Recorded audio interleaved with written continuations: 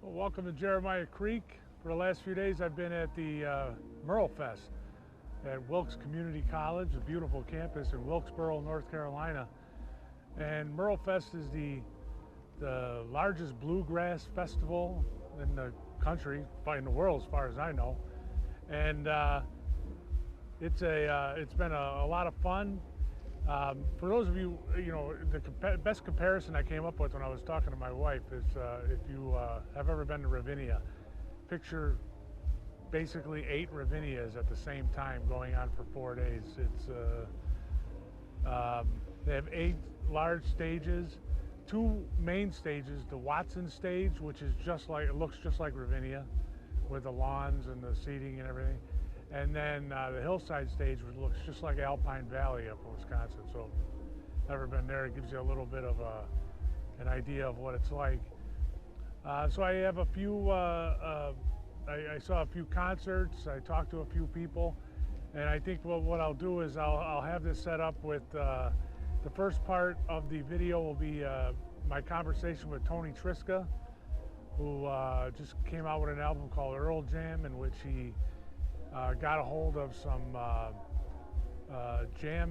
tapes of a jam session that Earl Scruggs had with Hartford, 2 bluegrass legends, now deceased, and somebody gave him a disc with the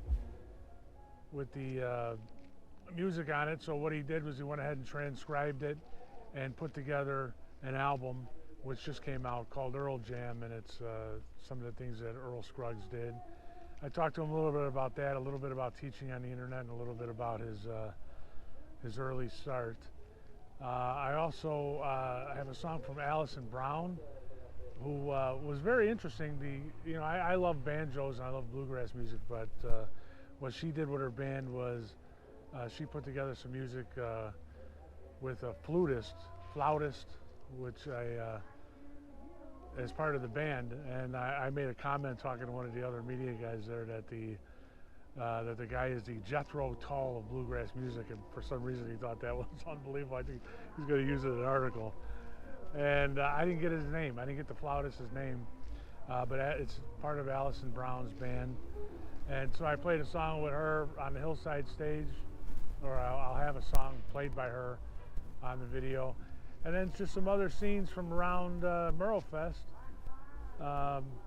It's another week. Bull couldn't make it because of his schedule, so and obviously he wasn't here with me in North Carolina, so I went ahead and did this myself. Maybe we'll talk about it next week when he can get back. So I just filmed this video from above it. If you look down there, you see a lot of tents. That's one of the stages in the foreground. There's basically what it would amount to in Chicago 2 street fairs where they have tents with all kinds of food items and everything else. They have a food tent, and they use seems like every single bus to transport people from parking there. Every single bus in the city, Cub Scouts and everything else. So all right, well, thank you for joining us. I hope you enjoy it. I might do some introductions as we get to the videos going, but otherwise, thank you very much.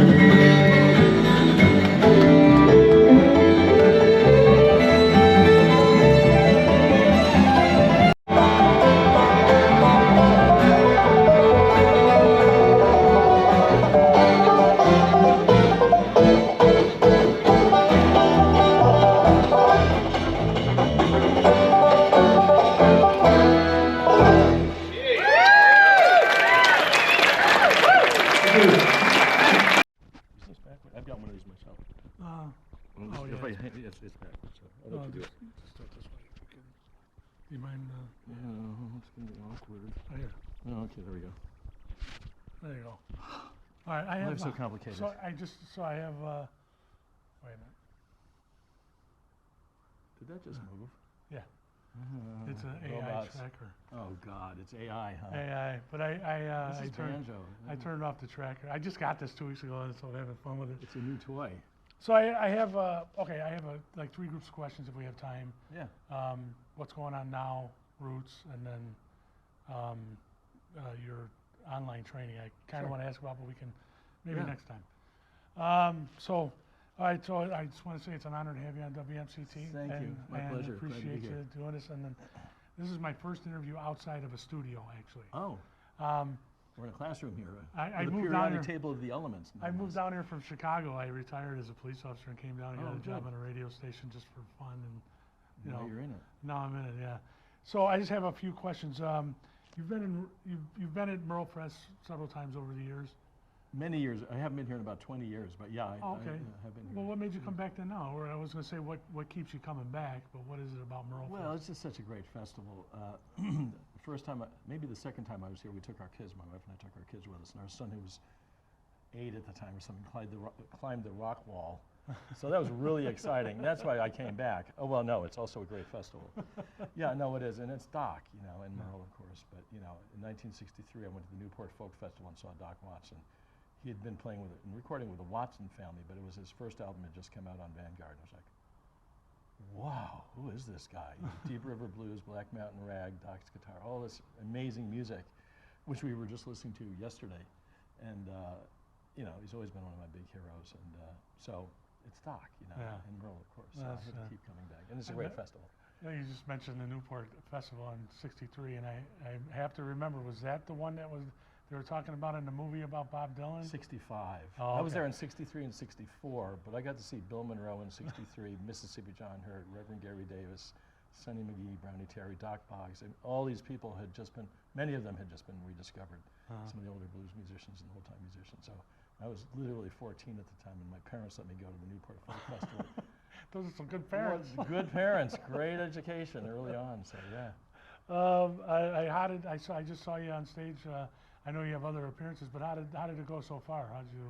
We had a great time. The people that are running it are just great, and the monitor person was great. You could hear really well, and Actually, the sound was fantastic. I have to say. was it out front? And I mean, I've gone to.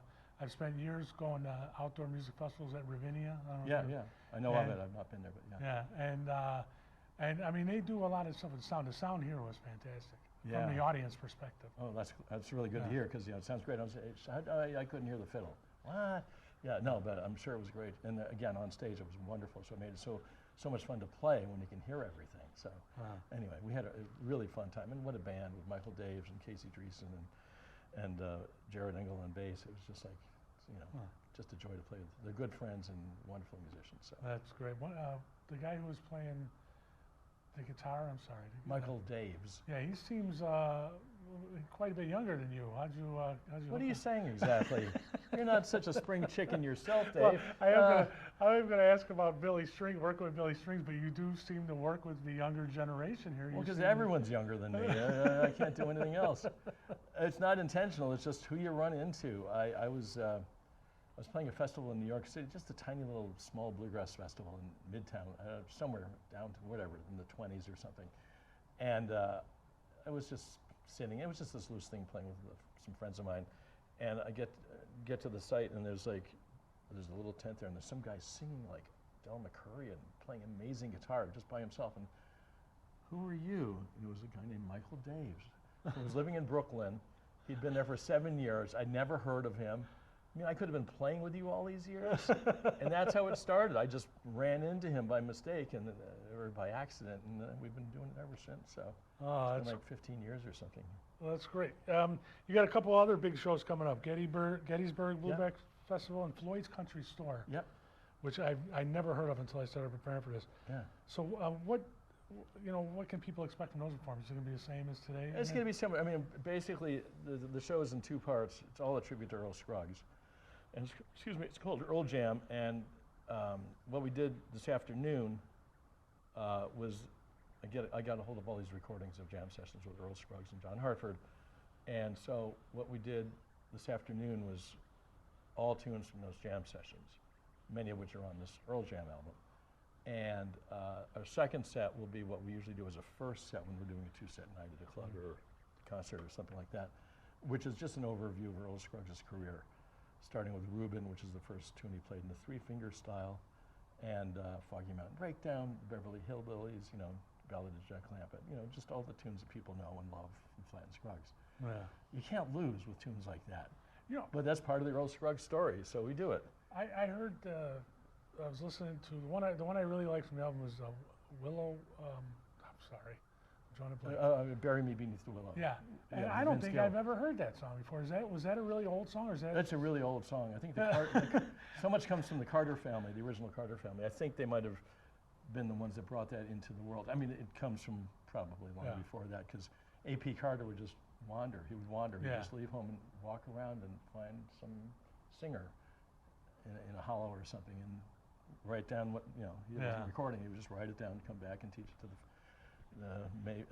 Mabel and Anita, and there they'd go. I think it might have come from the Carter family originally. It goes a long, long way back, though. Oh, okay. I don't know. When I was listening, I loved it. So I know if I had heard it before, I would think that I would have remembered it, because I really loved it when I. It's a beautiful tune. I've loved it since I was a kid. Yeah. I was a big fan of the Kingston Trio, and they did it. You know, and therein lies the story. I was going to wait till the section. I don't know. It's weird you mentioned that, all right, because a friend of mine, Bob Surratt in Chicago, who I used to work for, I was emailing him earlier, and I said that I was going to interview you, and I always ask him, do you have any ideas for questions? And he said, ask him how the Kingston Trio what affected his career, or inspired you or something. So that is not a question I would have thought to ask if you hadn't brought it up, and now you brought up the Kingston Trio. So. Well, you know, my parents were folkies and lefties, and they had recordings of Pete Seeger. My mother went to school with Pete Seeger's wife, Toshi. So we have this connection to the Seeger family, and I got friendly with Pete in his later years. But I grew up listening to Pete Seeger and the Weavers and music like that, Lead Belly, Josh White, people, you know, that generation of the folk world, you know, in the 50s. And then I started getting into the Kingston Trio. So I don't remember how I heard them, but my very first album was a Kingston Trio album. There's a song on there called MTA. And their banjo player, Dave Guard, took this sort of a Scruggsy kind of solo, not exactly, but kind of. And there were 16 notes in the solo that just blew me away. I was playing folk guitar at that point. I was working on some Doc Watson things. I was like 13 at the time or something, but then I heard that banjo and, oh, I got to do this. And then I've been gone ever since. So. But that's how you got to the thanks banjo? to the Kingston Trio. And where can I hear more of this? Oh, there's a guy named Earl Scruggs. Maybe you should listen to him. Okay. And anyway, so I went on from there. All right. Just the, I know we sort of alluded to it, but just the new album, Earl Jam, was the story of how it started. What I read online was that you got a disc in the mail, thumb drive in the mail. What was that all about, though? Somebody just sent it to you, or?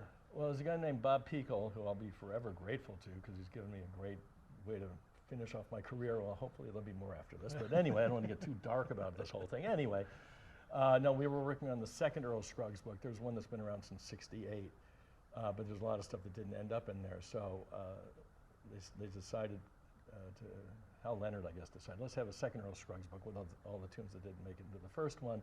And apparently they had guitar players transcribe Earl solos that knew nothing about. The notes might have been correct, but in all the wrong places. So anyway, Bob and myself and another banjo player were brought in to do the corrections and make it right. So in the midst of that, this guy Bob Pekel would send me a recording of like Earl and John Hartford jamming, you know, like a tune here, like 2 or 3 tunes, and I'd say, what? Where'd these come from? What's this? And it turned out that Bob was at some of these jam sessions with Earl from the mid-'80s through the mid-'90s, because Earl had kind of decided to give up the banjo, and John Hartford wasn't going to hear of that. And so, and John recorded all these jams on a cheap cassette machine. And at some point he said, because Bob Pekel had been to some of these jams, and John Hartford at one point got in touch and said, you know, if my house burns down, all this music will be lost, so I'm going to send you copies of all these cassettes.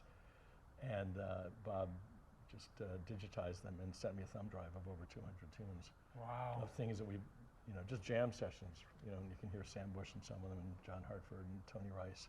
I mean, not John Hartford, of course, he was there. Del McCurry, folks like that. And sometimes it's just the two of them jamming on tunes we've never heard them do before, or amazing different takes on certain tunes. So it was really exciting stuff. I started transcribing it note for note what Earl played, and decided to do an album where every note I would play on the album would be note for note what Earl played in these jam sessions. And that's what I did. That's the first Earl Jam album. There'll be a second one coming out next year. I just I heard you mention that in your set. Is that I mean, okay, you said over 200 songs. Is it like 200 times playing some of the same? How many songs do you think you're going to get out of it? Well, I could get many more, Yeah. but there were times like certain tunes like Brown's Ferry Blues, which we did earlier at that set. They're like 6 or 7 versions of that. Right. Here Comes the Bride, there's one version of it. So it varies. Sometimes it'll be 3, sometimes 2, sometimes 1, sometimes 6. Like they did Little Maggie 6 times over those years. Yeah. And it was all alphabetized. I'm so glad. So you can just go right down there and listen to various versions of these tunes. You know, how close knit is the bluegrass? I mean, how did you knew Earl Scruggs personally, right? Yeah. Were you friends? I don't know if hard to know what Colleagues. that means. Colleagues, certainly. But we were friendly, you know.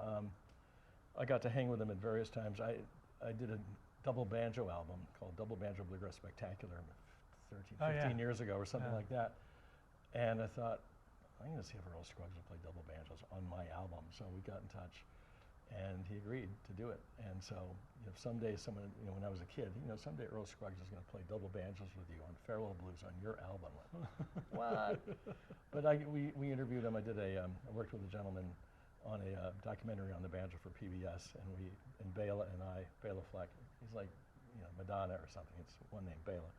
And he and I went to Earl's house and interviewed him. And I'd see him at shows and go backstage while his son Gary was getting paid, and just the two of us would hang out. We had a Obi-Wan Kenobi moment. I was backstage at a place called BB King's on 42nd Street in New York City, and it was after the show. The band had gone back to the hotel. Gary went to get paid. Said, "Why don't you hang out with Dad?" So we're just sitting there, just chewing the fat and talking about the old days, his old days. And this woman comes in half drunk, and starts complaining about the management. And I got to get paid, and they're not here. And who are you? And I identified myself. And who are you? And he said, Earl Scruggs. And she's going on for 4 or 5 minutes, and I figured I got to just end this. So I was about to stand up and do something to get her out of there. I didn't want her bothering Earl. And Earl just looked up at her and said, "Nice meeting you." And she said, "Nice meeting you." And she left. It was sort of like, these are not the joys you're looking for. It was one of my favorite Earl Scruggs moments. So, yeah.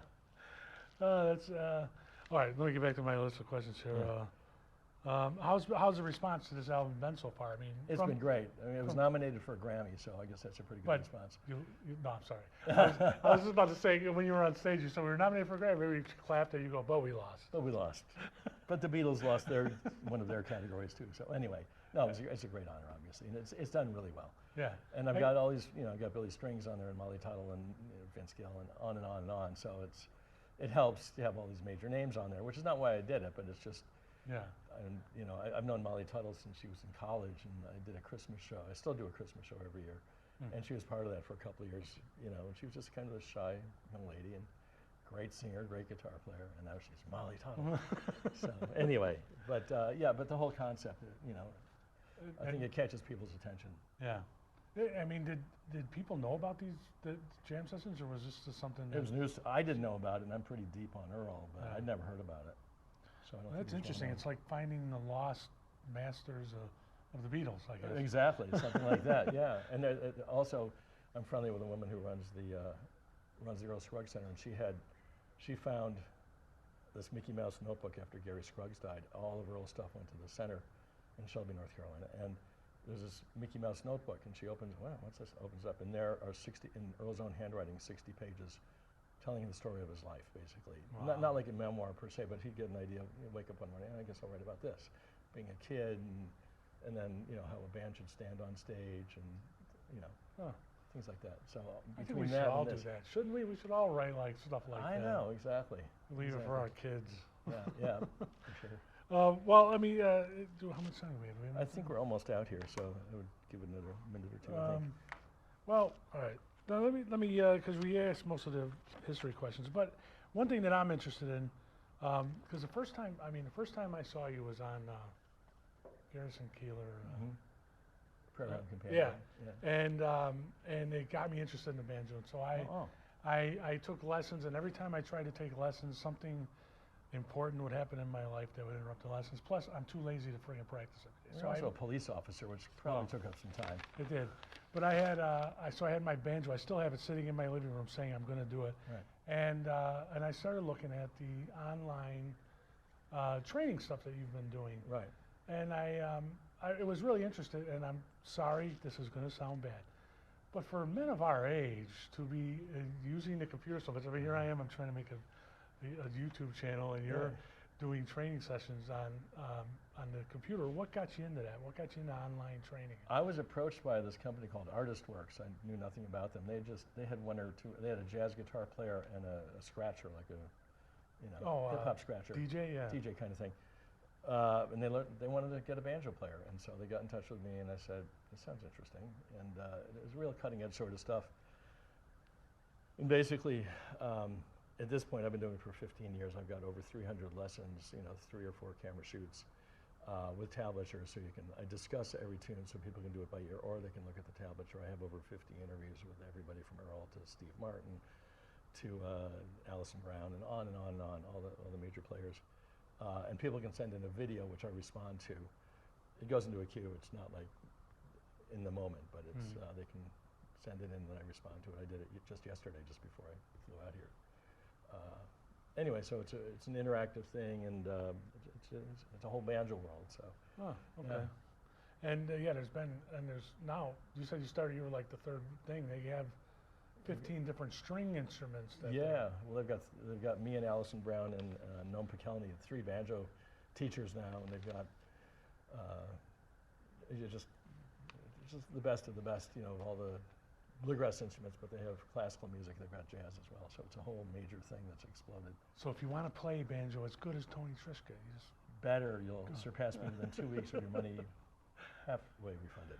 All right, well, thank you for joining us on WMCT. And thank you so much, Dave. I appreciate it. Hopefully this worked out, because it's the first time I've done this outside the studio. So, all right. I'll give you this back. Thank you. Thank you. Baby,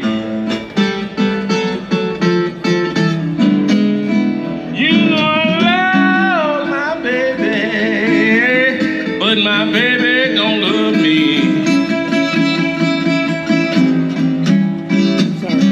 Love my baby,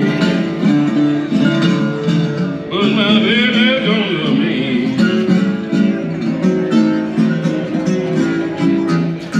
I'm really crazy about that gal.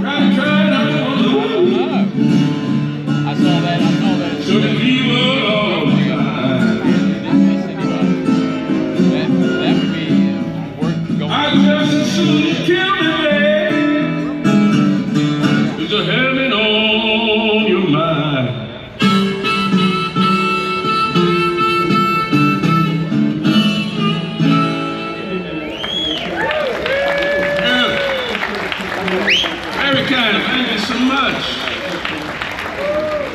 Now, Possibly a musical first. Here's a choro for the banjo. This is one called Choro Nuff.